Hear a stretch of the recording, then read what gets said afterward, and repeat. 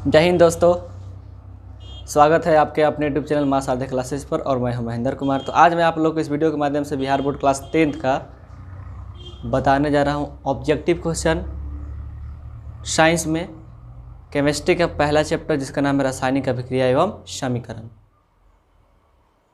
ठीक है दोस्तों, तो आप लोग को मालूम होगा कि बिहार बोर्ड जो है 50% ऑब्जेक्टिव कर दिया है। डैट मीन्स अगर आप साइंस का 80 नंबर का एग्ज़ाम दीजिएगा तो उसमें से 40 नंबर का आपका ऑब्जेक्टिव आएगा। ठीक है, तो आज हम लोग ऑब्जेक्टिव क्वेश्चन करेंगे और विथ ट्रिक विथ रीजन। ठीक है दोस्तों, ये नहीं कि किसी क्वेश्चन का पढ़े और बस डायरेक्ट केवल उसका आंसर बता दिए। अब उसका आंसर क्यों होगा उसके रीजन के साथ। तो चलिए और वीडियो को लास्ट तक बने रहिएगा। और आप मेरे नए व्यूअर हैं तो इसी प्रकार के वीडियो को देखने के लिए objective question, subjective question 10th class का बिहार बोर्ड का, तो आप मेरे चैनल को सब्सक्राइब करें और बेल आइकन को जरूर प्रेस करें। बगल में घंटे का निशान होगा, उसको प्रेस करें, ऑल पर क्लिक करें। इससे आपको ये बेनिफिट होगा कि कोई भी मैं वीडियो अपलोड करूँगा तो नोटिफिकेशन आपके पास पहुँच जाएगा। अगर यदि मेरे नए व्यूअर हैं तो, अगर आप पहले से सब्सक्राइब कर चुके हैं तो सब्सक्राइब जो रेड कलर में होगा उसका कलर चेंज होकर वाइट हो गया होगा। ठीक है दोस्तों, तो जैसा कि आज हम लोग क्या पढ़ेंगे, सबसे पहले मैं आपको बता देता हूं। जो आपको स्क्रीन पर दिख रहा है जितना क्वेश्चन, ठीक है दोस्तों, स्क्रीन पर आपको जितना क्वेश्चन दिख रहा है आज हम लोग उतना ही क्वेश्चन का डिस्कस करेंगे। तो मान के चलिए कि रासायनिक अभिक्रिया एवं समीकरण का ये पार्ट 1 है, ठीक ना, और पार्ट 2 भी करेंगे हम लोग अगले वीडियो में। तो अभी हम लोग पार्ट 1 स्टार्ट करते हैं। तो चलिए आइए स्टार्ट करते हैं, विदाउट टाइम वेस्ट किए स्टार्ट करते हैं। तो आप लोग का पहला क्वेश्चन दिख रहा होगा स्क्रीन पे कि अब पहला क्वेश्चन बोला है कि कौन सी गैस उत्सर्जित होगी जब धातुएं जल के साथ अभिक्रिया करेगी। यानी कि कहने का मतलब जब धातु को जल के साथ हम अभिक्रिया कराएंगे तो कौन सा गैस निकलेगा, ये क्वेश्चन पूछा है। 4 ऑप्शन आपको शो कर रहा होगा। ऑप्शन ए शो कर रहा होगा oxygen, option B carbon dioxide, option C hydrogen, option D nitrogen. ठीक है दोस्तों, अगर आप इस क्वेश्चन का आंसर देना चाहते हैं तो कमेंट बॉक्स में एक लिख के, अगर एक का आंसर अगर आपके अनुसार बी है तो बी लिखिए, एक बी। अगर ए है तो एक ए लिखिए, अगर एक सी है तो 1 सी लिख के आप कमेंट कर सकते हैं। ठीक है दोस्तों, इसका आंसर तो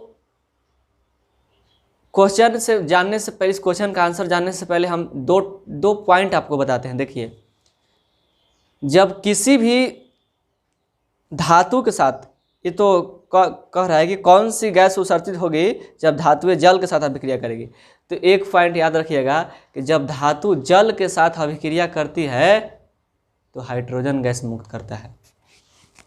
कौन सी गैस निकलती है? हाइड्रोजन। यह थ्योरी है कि जब धातु को जल के साथ अभिक्रिया कराया जाए तो हाइड्रोजन गैस बाहर निकलता है। और एक और थ्योरी है कि जब धातु की अभिक्रिया अम्ल के साथ होती है, किसी भी अम्ल के साथ होती है, तब भी हाइड्रोजन गैस मुक्त होता है। इस क्वेश्चन आएगा इसी क्वेश्चन में। तो इसलिए क्वेश्चन नंबर 1 का जो आंसर होगा आपका हाइड्रोजन गैस होगा। तो 1 का जो आंसर होगा क्या होगा दोस्तों? ए हो जाएगा। चलिए क्वेश्चन नंबर 2 के पास चलते हैं। जैसा कि सारा क्वेश्चन आपको स्क्रीन पर दिख रहा होगा। और 2 का आंसर आपके अनुसार जो होना चाहिए 2 लिख कर, अगर ए होना चाहिए तो ए लिखिए 2A, अगर बी होगा तो 2B, अगर सी होगा तो 2C, डी होगा तो 2D। इस तरह से आप कमेंट बॉक्स में कर सकते हैं, लिख सकते हैं। चलिए दूसरा क्वेश्चन बोला है कि Fe2O3, ध्यान से समझिएगा क्या बोला है। Fe2O3 प्लस 2Al रिएक्शन चिन्ह Al2O3 प्लस 2Fe, ये एक अभिक्रिया दिया हुआ है। ये क्या दिया? एक अभिक्रिया दिया हुआ है। तो इस अभिक्रिया के बारे में बोला है कि ऊपर दी गई अभिक्रिया किस प्रकार की है, मतलब अभिक्रिया का प्रकार बताना है। संयोजन अभिक्रिया है ए में, बी में द्विविस्थापन है, सी में वियोजन है, डी में विस्थापन है, ये बताना है। तो देखिए दोस्तों, मैंने इससे अभिक्रिया के प्रकार, अभिक्रिया क्या होता है, पूरा इस चैप्टर का एक प्लेलिस्ट बनाया हुआ है, उस प्लेलिस्ट में सारा एकदम chapter wise topic wise video है, उसको आप जाकर देख सकते हैं। नहीं तो फिर तो मैं यहाँ बताऊँ, अच्छी तरह से समझने के लिए प्लेलिस्ट में जाकर आप देख सकते हैं ना। रासायनिक अभिक्रिया समीकरण का एक प्लेलिस्ट बनाया हुआ है। प्लेलिस्ट देखने के लिए आप क्या कीजिए, जहाँ पर मास साध्य क्लासेज लिखा हुआ है उसके बगल में जो मेरा लोगो है जिसमें फोटो दिख रहा है उस पर क्लिक कीजिएगा तो आ जाएगा प्लेलिस्ट का ऑप्शन। और जब प्लेलिस्ट का ऑप्शन खुल जाएगा तो उस पर प्लेलिस्ट पर क्लिक करके आप देख सकते हैं, ठीक है ना। तो देखिए ये तो पहला ऑप्शन ए में क्या बोला है, संयोजन। संयोजन तो होगा नहीं।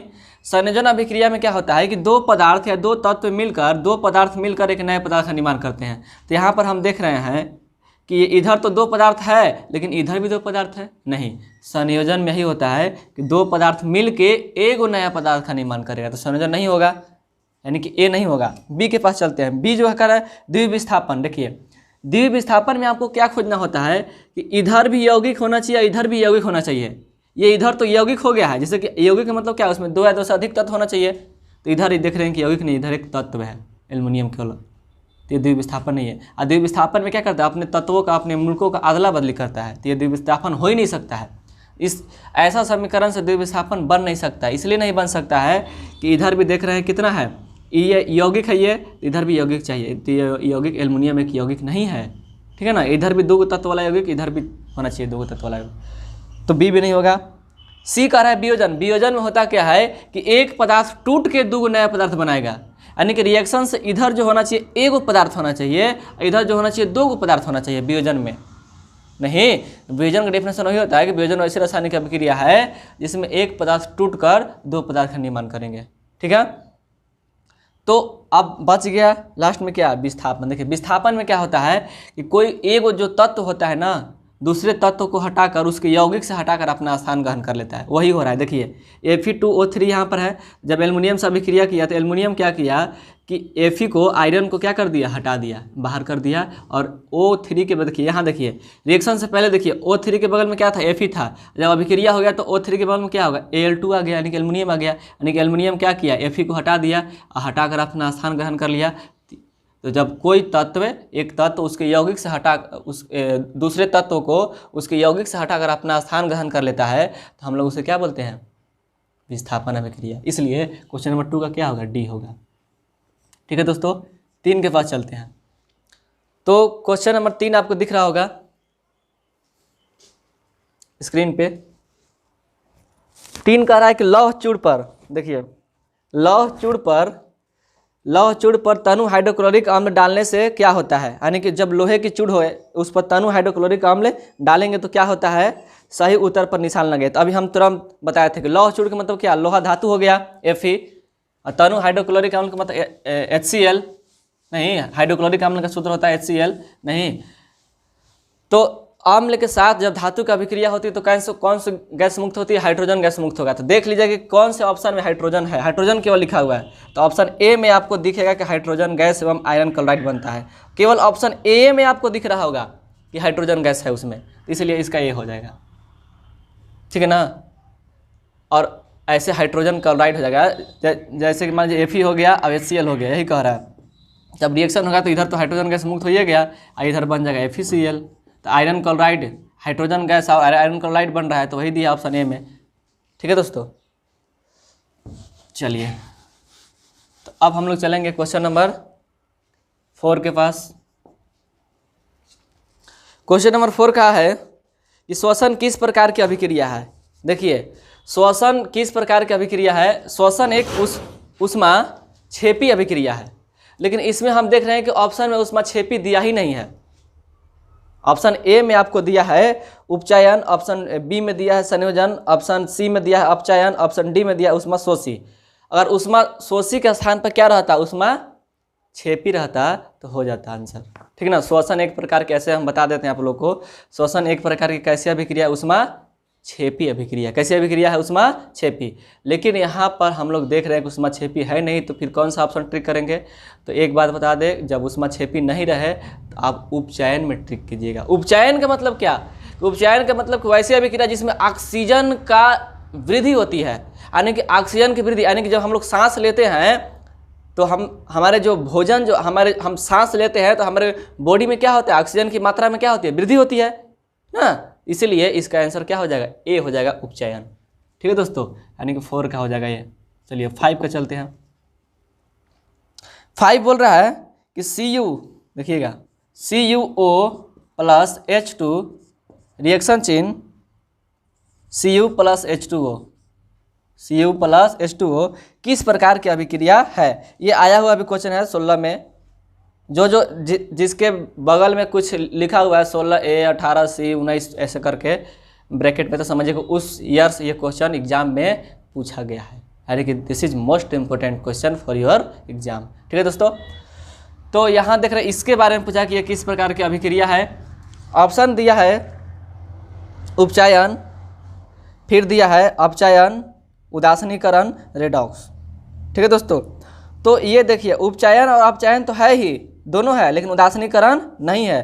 तो इसका जो राइट आंसर होगा डी होगा, क्योंकि रेडॉक्स अभिक्रिया है। देखिए अब रेडॉक्स अभिक्रिया कहते हैं किसको हैं, कि जब उपचयन और अपचयन अभिक्रिया साथ साथ हो उसको रेडॉक्स अभिक्रिया कहते हैं। रेडॉक्स अभिक्रिया का मतलब क्या, कि किसी एक पदार्थ से ऑक्सीजन का वृद्धि होना और किसी एक दूसरे पदार्थ में जाकर ऑक्सीजन का जुटना।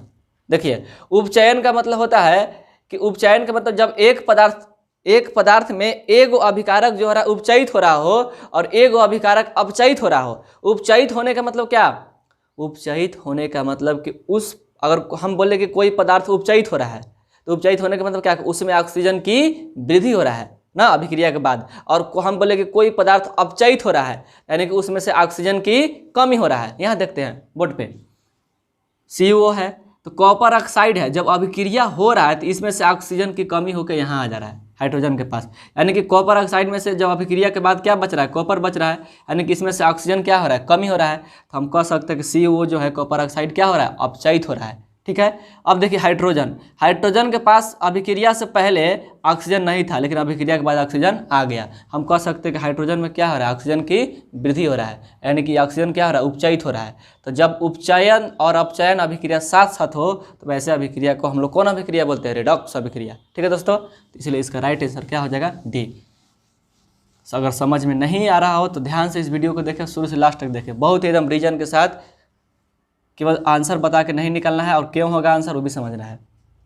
क्वेश्चन नंबर 6, इलेक्ट्रॉनों के स्थानांतरण से बने यौगिक कहलाते हैं। जब इलेक्ट्रॉनों आदान प्रदान के कोई ऐसे यौगिक जो इलेक्ट्रॉनों के आदान प्रदान से बनते हैं तो उसको हम लोग वैद्युत संयोजी कहते हैं।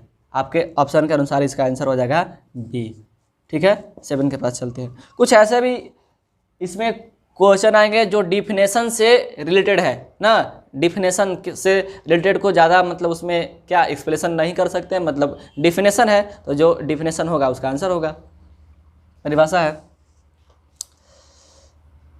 7 है कि नीचे दी गई अभिक्रिया में से कौन सा कथन सही है। चलिए फिर वही है, 7 में क्या बोला है, एक अभिक्रिया दिया है Cu प्लस O2 रिएक्शन चिन्ह 2CuO, ये अभिक्रिया दिया है। इसके बारे में बोला है कि कौन सा कथन सही है, सही चुनना है।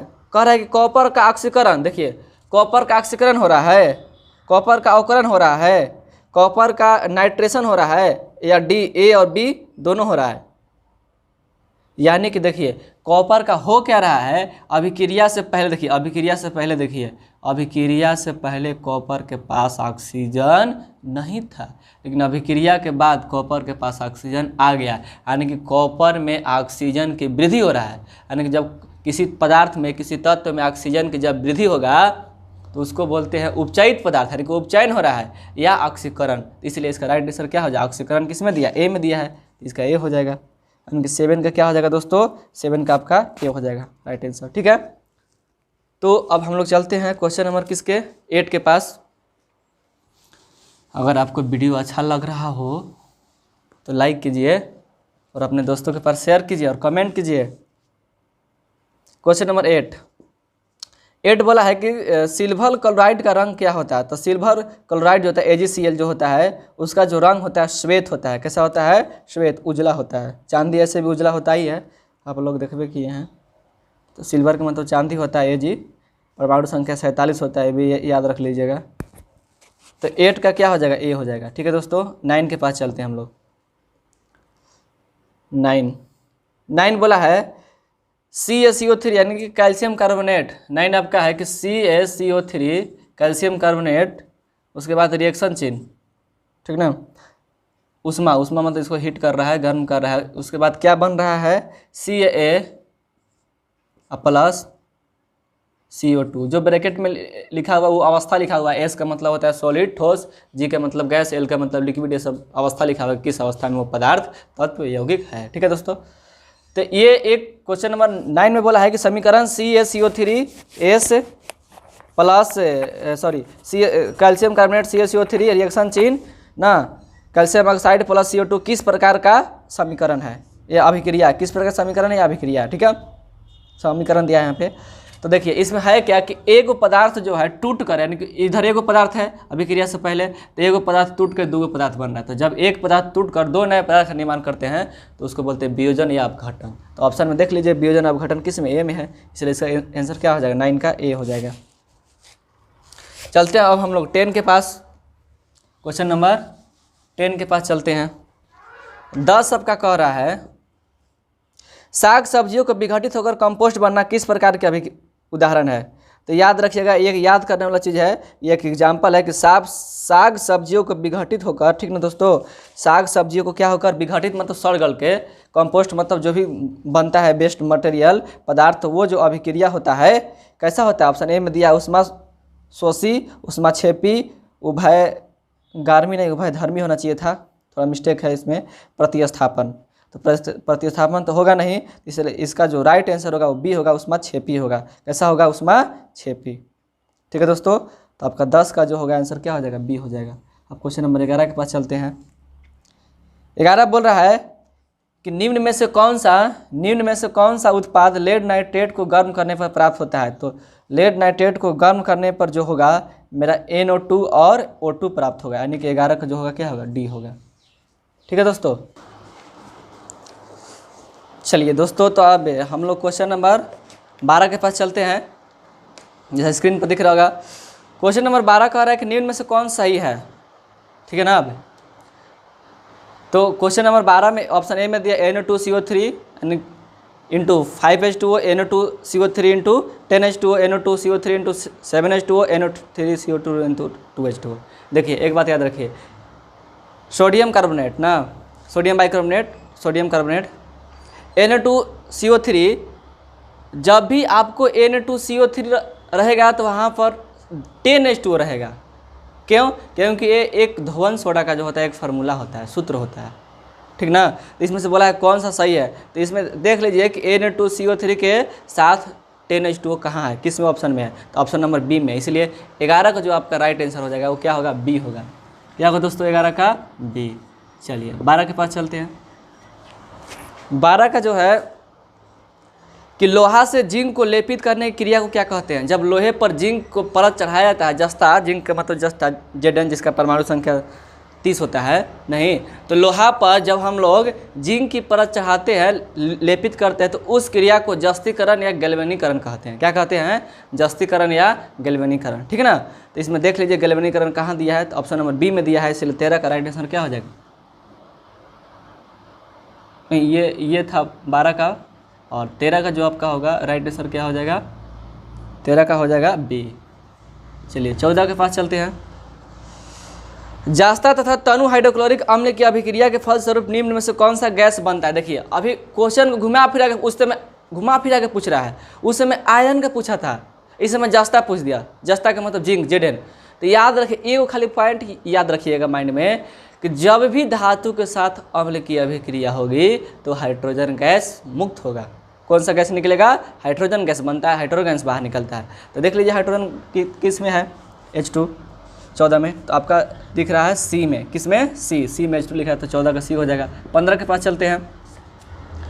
कोई तत्व ऑक्सीजन के साथ अभिक्रिया कर उच्च गलनांक वाला यौगिक निर्मित करता है, यानी कि ऑक्सीजन के साथ अभिक्रिया करता है और उच्च गलनांक वाला यौगिक निर्मित करता है, तो यह यौगिक जल में विलय है, विलय का मतलब जल में घुल जा रहा है, यह तत्व हो सकता है।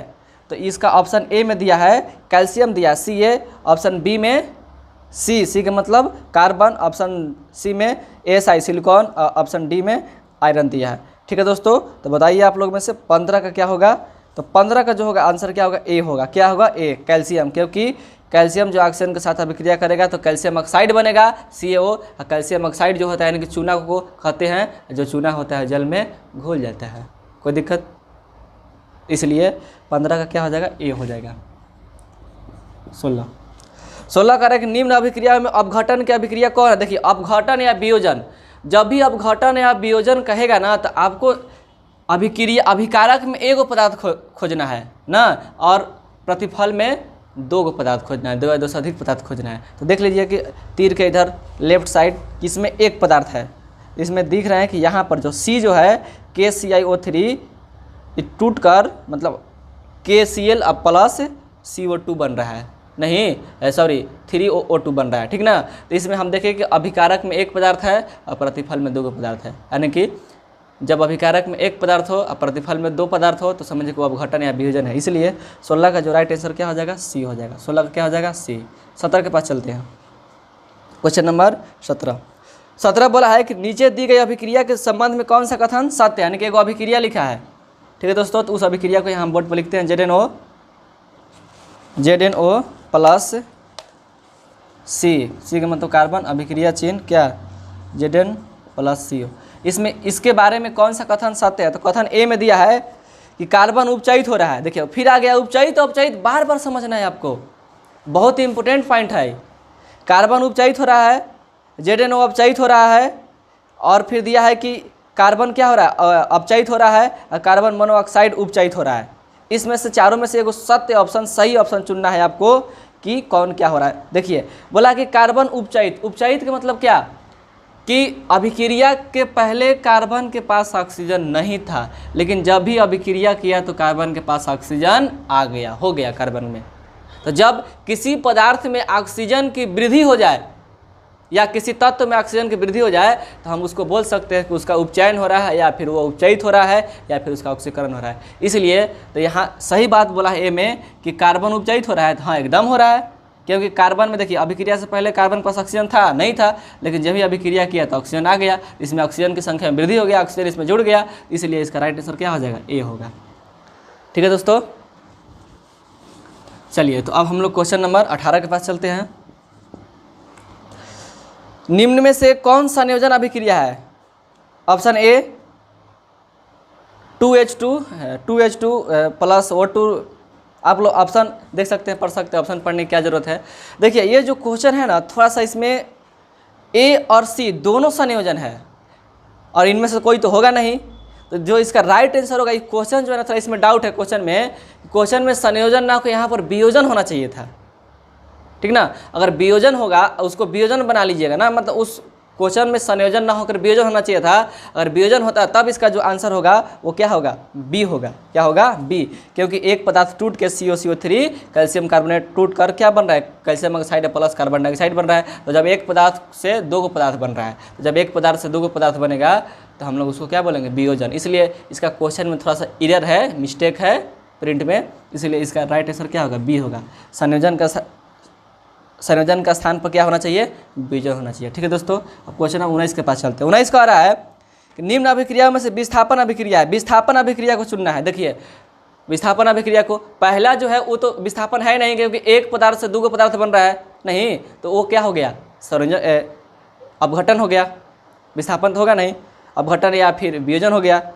दूसरा में बोल रहा है कि CaO calcium oxide plus 2HCl और रिएक्शन चिन्ह Cl2 प्लस H2। देखिए विस्थापन का मतलब क्या? विस्थापन का मतलब यही होता है कि कोई एक जो पदार्थ होगा ना, वो किसी दूसरे यौगिक में से किसी दूसरे पदार्थ को हटाकर और अपना स्थान ग्रहण कर लेगा, तो उसको विस्थापन कहते हैं। तो इसमें खोजेंगे क्या? अभिक्रिया से पहले हम लोग क्या खोजेंगे कि एगो यौगिक खोजेंगे, एगो तत्व खोजेंगे।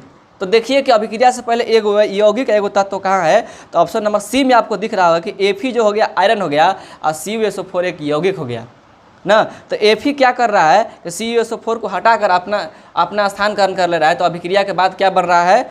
FeSO4 बन रहा है, फिर प्लस Cu को बाहर कर दे तो प्लस Cu हो गया। यानी कि Fe क्या कर रहा है? CuSO4 के ना कॉपर सल्फेट के विलयन में से, कॉपर सल्फेट में से Cu को, कॉपर को हटाकर अपना स्थान ग्रहण कर लिया, तो वो हो गया विस्थापन। इसलिए इसका राइट आंसर क्या होगा? सी होगा। 19 का क्या हो जाएगा दोस्तों? सी हो जाएगा। ठीक है, तो बस बहुत वीडियो लंबा हो जा रहा है, इसलिए आज इसको मान लीजिए पार्ट 1 है, आज के लिए इतना ही करेंगे।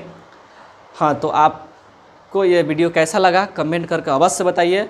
और भी वीडियो देखने के लिए इसी तरह से मैं साइंस का और मैथ का इस चैनल पर सारा ऑब्जेक्टिव क्वेश्चन सोल्व करके अपलोड किया जाएगा और सब्जेक्टिव भी अपलोड किया गया, उसको प्लेलिस्ट में जाकर देख सकते हैं। और आपको ये वीडियो कैसा लगा कमेंट करके अवश्य बताएं और वीडियो को लाइक ज़रूर करें। अगर आप मेरे नए व्यूअर हैं तो चैनल को सब्सक्राइब करें। Okay, thank you for watching my video. जय हिंद, जय भारत।